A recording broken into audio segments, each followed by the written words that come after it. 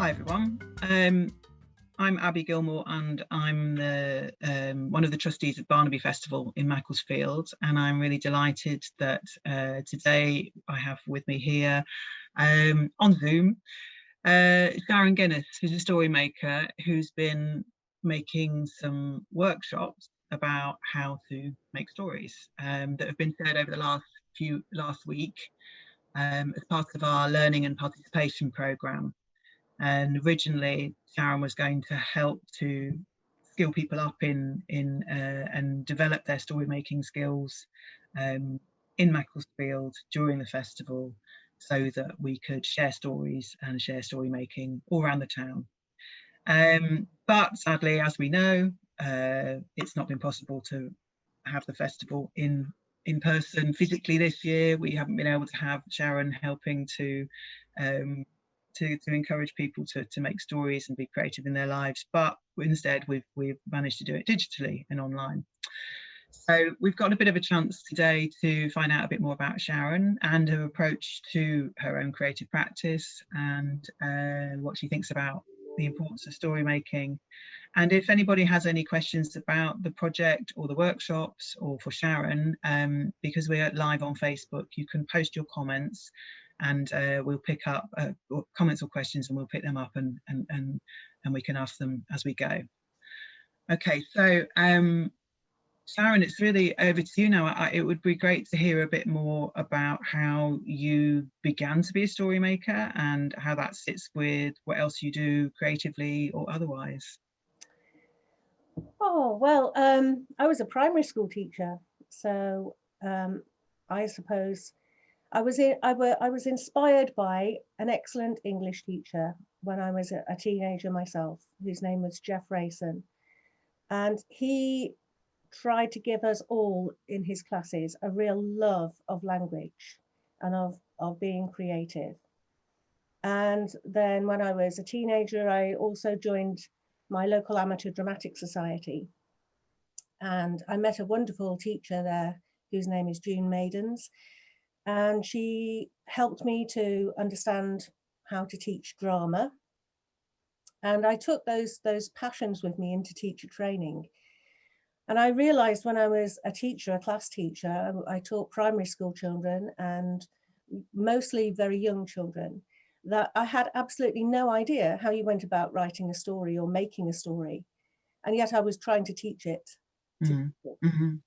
And so I thought it was, I needed to rethink that. I needed some training. So I put myself on a course, which was a Royal Society of Arts diploma in drama in education.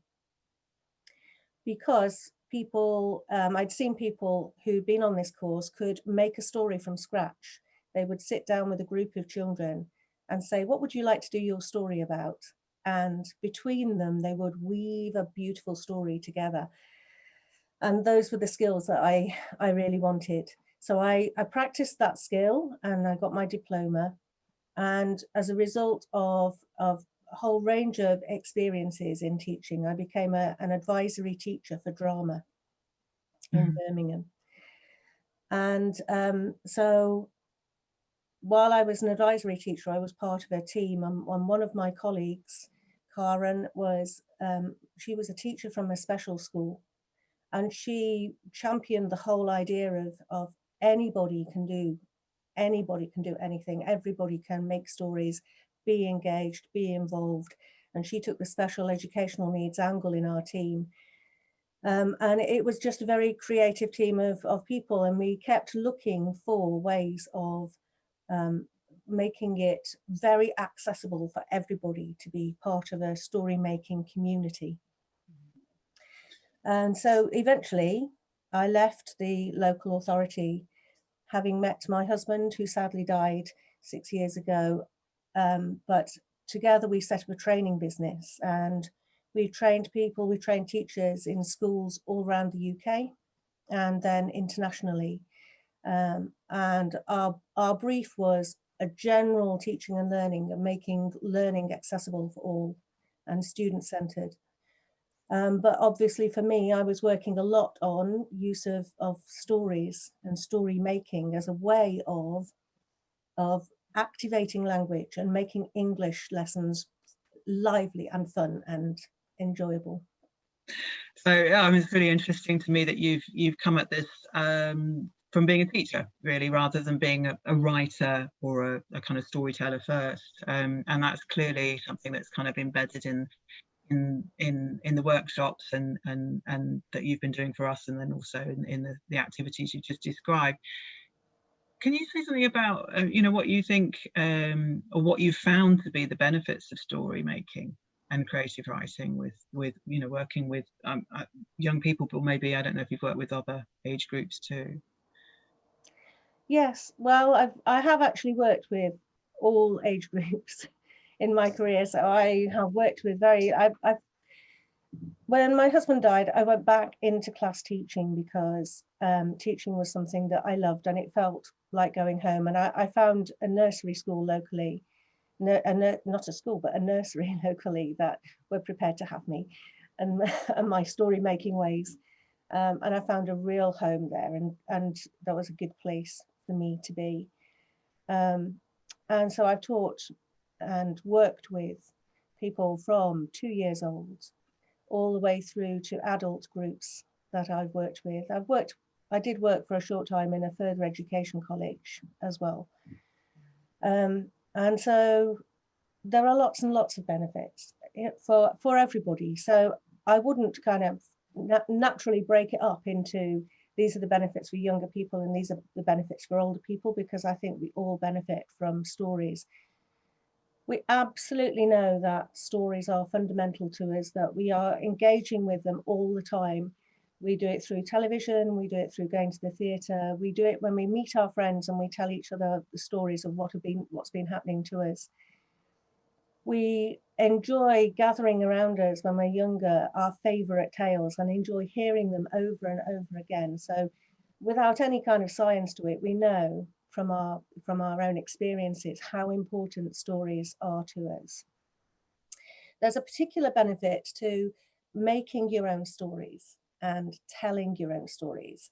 And I think those benefits are particularly, I would like to promote your own voice as really being important, and really learning to express your ideas and feel comfortable with people who might be an audience, but might just be an audience of friends, but are people who are listening to your ideas.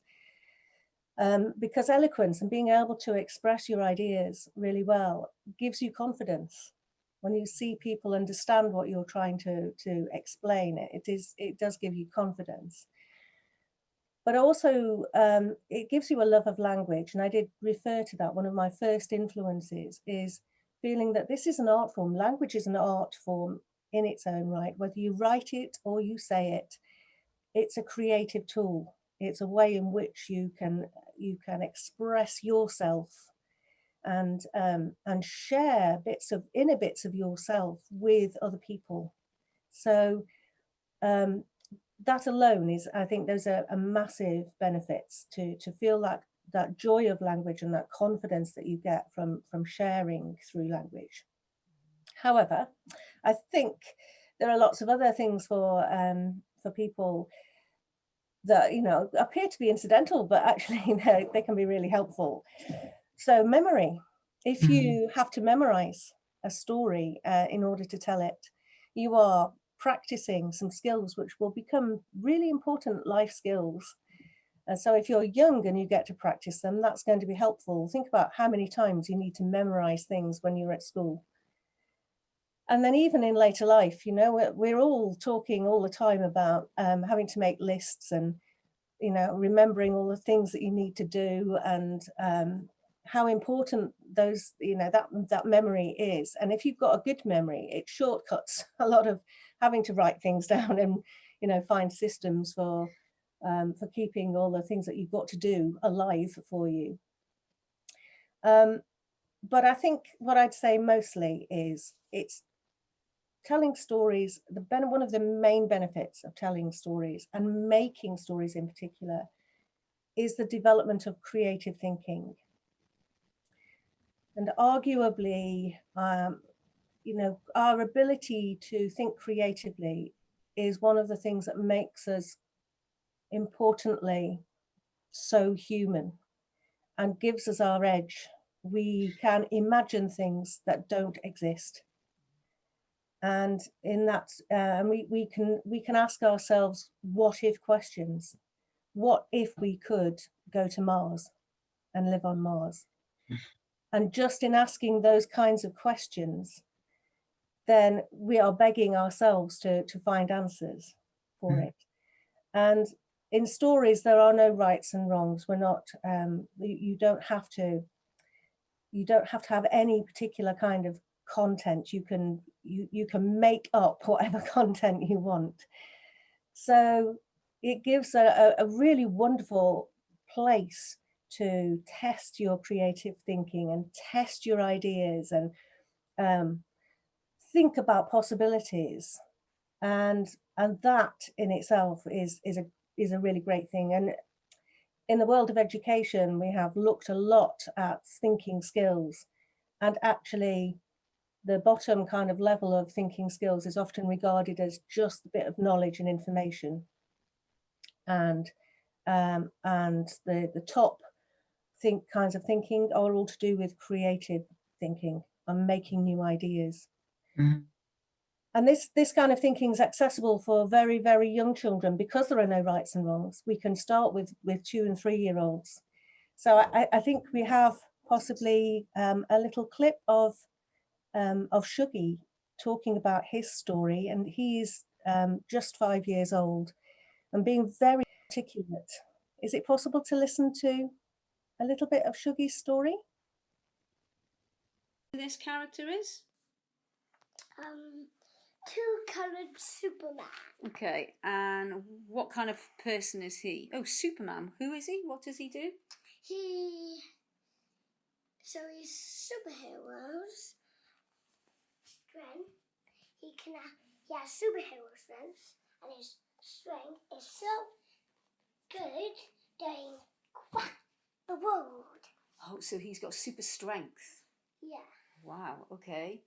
And what's this? What's he holding in his hand? A golden sword. A golden sword. Okay.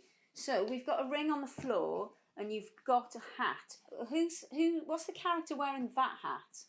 What's that kind of character? What did you say his job was? It's a detective, and his job is to spot the bad guys, and then he wings the good guys, and then the good guys get the bad guy. Okay. And then the detective tells them where the bad guy is. Okay. Who's this person here? So he's the bad guy, and I'll tell you what he looks like. He's got a red horn on his top of his head and 2 greenish, bluish coloured 2 horns on each of his other head. He's only got one head though, isn't he? On the side of his head, I think. On by the sides picture. on his head. Yeah, so 2 green and on the then side, yeah. He's got 2 big ears, and then... Yeah, beautiful. How wonderful. And I was getting a little bit confused by the phase ear thing there, but you know, you can really see how, as you just described, the story making both kind of provides that kind of memory skill, like you say, this sort of a kind of technical skill, and then also opens up opportunities for imagination, and it's one of the and discovery, and presumably scientific discovery. You know, the importance of creativity, not just for artistic practice, but for knowledge making and for you know, science, cannot be it can't be emphasized enough.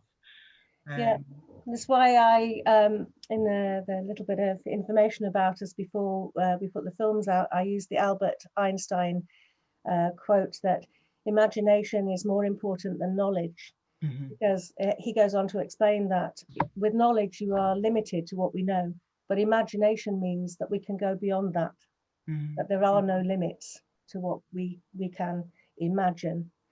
And in fact, the Royal Society of Arts was at one time the Royal Society of Arts and Sciences, because both science and art just seek to understand the world that we live in. Mm-hmm.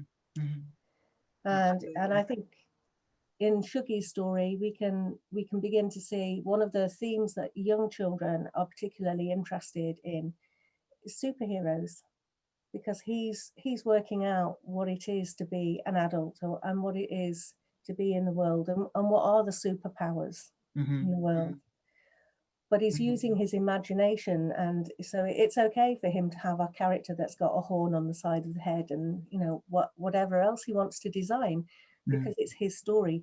But fundamentally, that idea of what is a superhero, and am I going to be like that as a person? Will I become a superhero? Is something that he can examine in his story. Well, I mean, that seems to be something that's incredibly important right here, right now. Obviously here in the UK and all over the world, we've been through some really interesting years, haven't we? That have been about where having your own voice has been increasingly important. So whether it's from Brexit through to various other social divisions, lockdown being a kind of universal thing that we were all going through, but also very individual as well.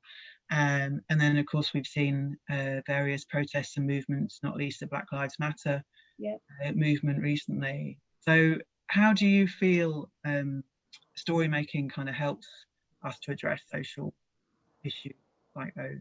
Well, I think it could be a very important method. I think certainly this idea of giving people a voice is absolutely crucial. We do appear to have lost that part of our culture and society. We kind of looked at our social media, and so many interactions take place on social media, but you don't get the whole story. You're not having a conversation in quite the same way as you might be doing in real life. And we may not actually have had a look enough at the need to give people a voice.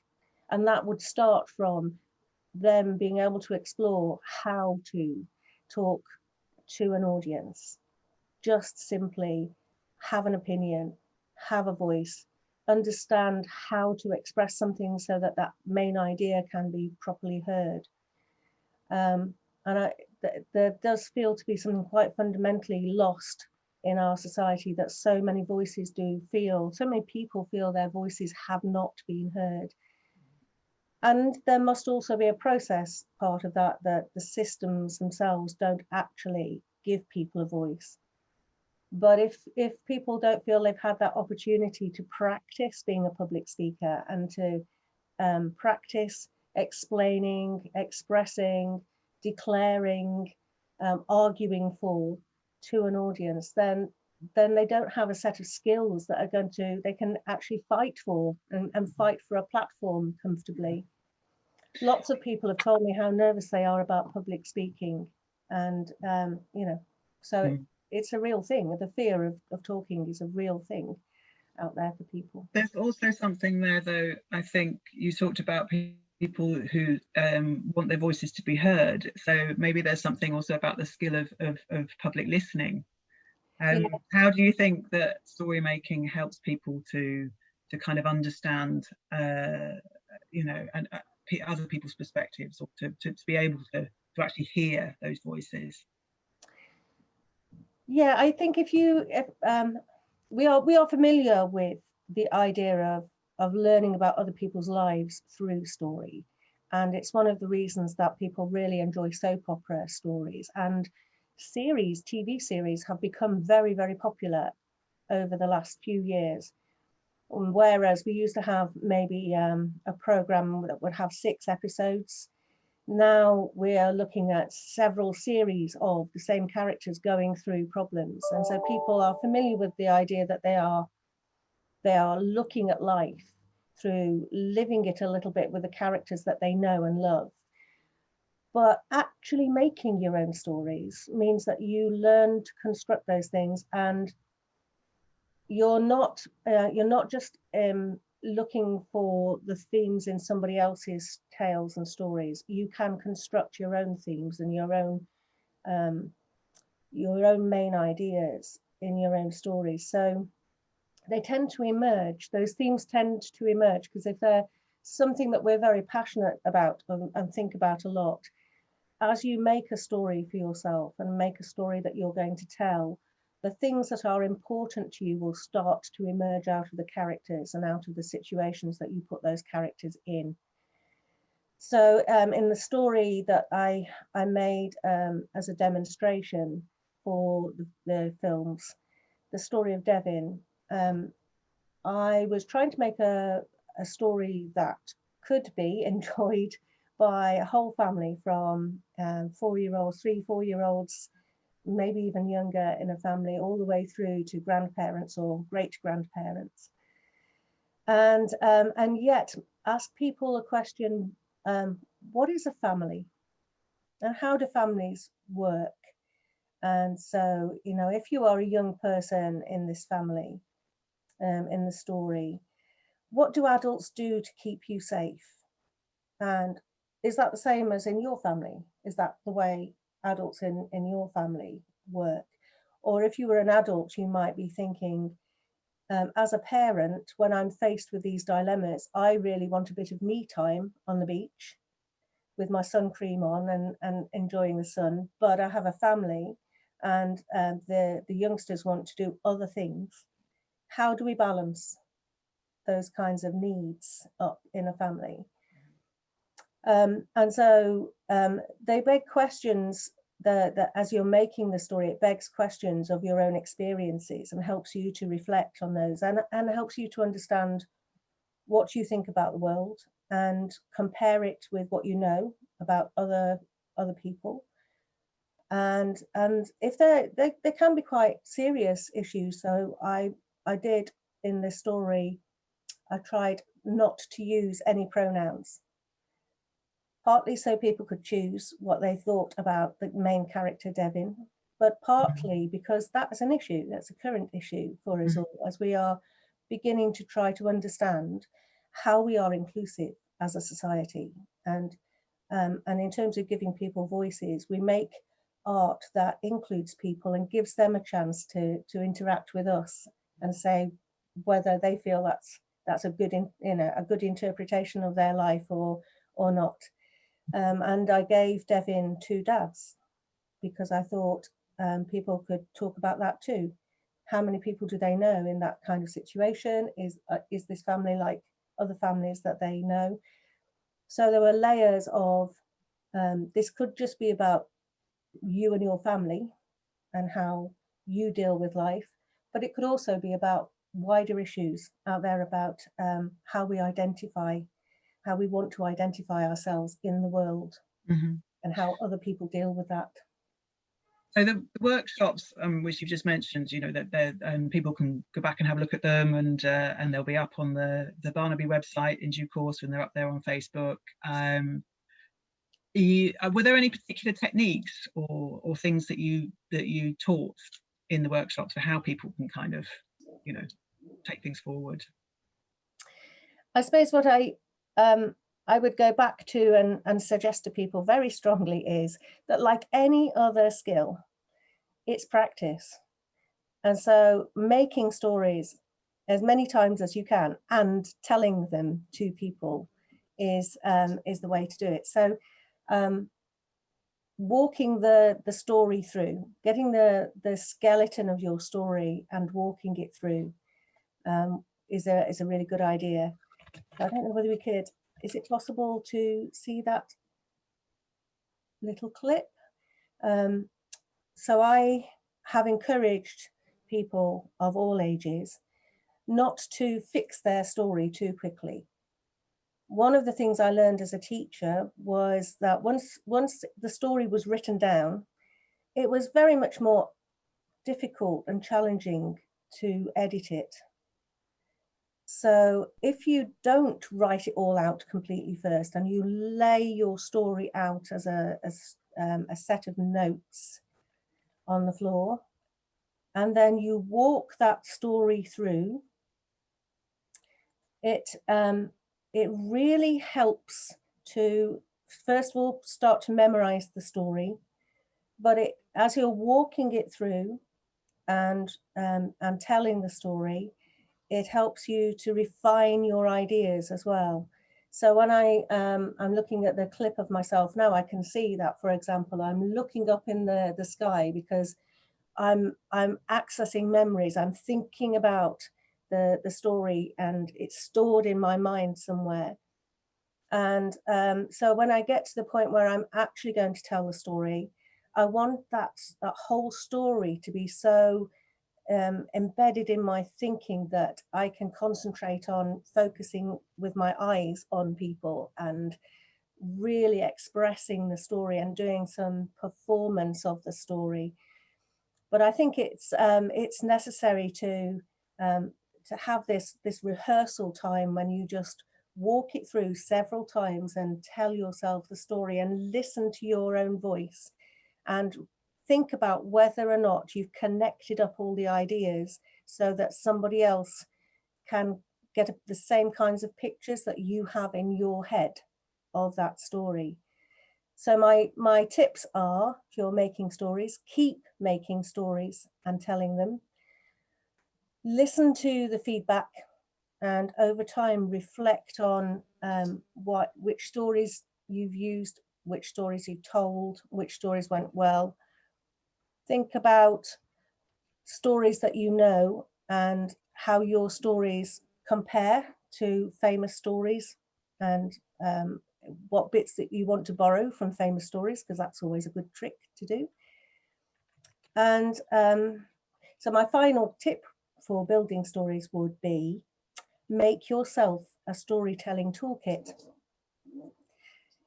Keep good ideas. Don't throw your drawings away. If you've drawn a setting and a character, keep them, put them in a file. That's what I've done. And if you are watching a story or you're reading a story and you find something really interesting in that story, then keep a note of it and use it in your stories as well. Yeah, so that kind of process of borrowing is really useful. But also notice what stories, what themes really bubble up from the stories that you are making, because those are the things, those are the passions that you have. So if in your stories there are always people who are, let's say, jealous, then maybe that's an issue for you and that's something that you want to look at. Or if in your stories there's injustice, then that might be something that's really important to you and you can wind your stories round. And so reflecting on that and keeping those universal messages is important. That's a term that I use for myself, the idea of universal themes, because again, as a teacher, I've tried to explain that in lots of really good stories, it's those universal themes that make the stories timeless. So Shakespeare story is a very good example of this. The kinds of things that he examines about jealousies and distrust and outrage and having to take back things that have been taken from you, those kinds of themes that he explores in his plays. It doesn't matter whether they're set in Shakespearean times, 500 years, 600 years ago, or even before that, because he did plays about Roman times, or if they're in the future. They're just universal to human experience. So we'd be interested in those. We can see that, can't we? Because, you know, Shakespeare stories are still told in many different ways over and over again, and they have traction. And I particularly liked in your workshop how, and as you've just said, it's kind of borrowing or it's exploring other stories to get ideas.